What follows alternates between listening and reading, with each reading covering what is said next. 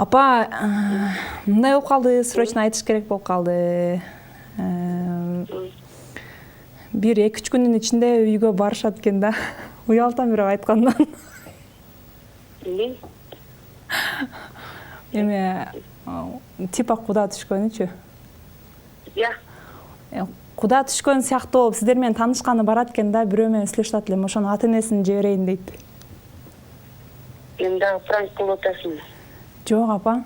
Серьезно эле айттым. Просто срочно айтыш керек болуп калды. Азыр чалып айт деди да, азыр жанында отурат эле күйөө балаңыз.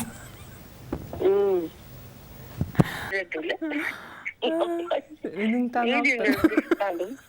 Үнүнөн билип калдым, алпар жигин дейт.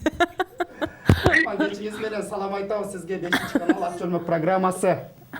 Сөзүнөн карбайм, келсин. Келсин дейт.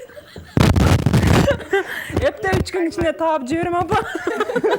Буюрса барып калабыз. Кол чабуулар болсун, ыраазычылык билдиребиз.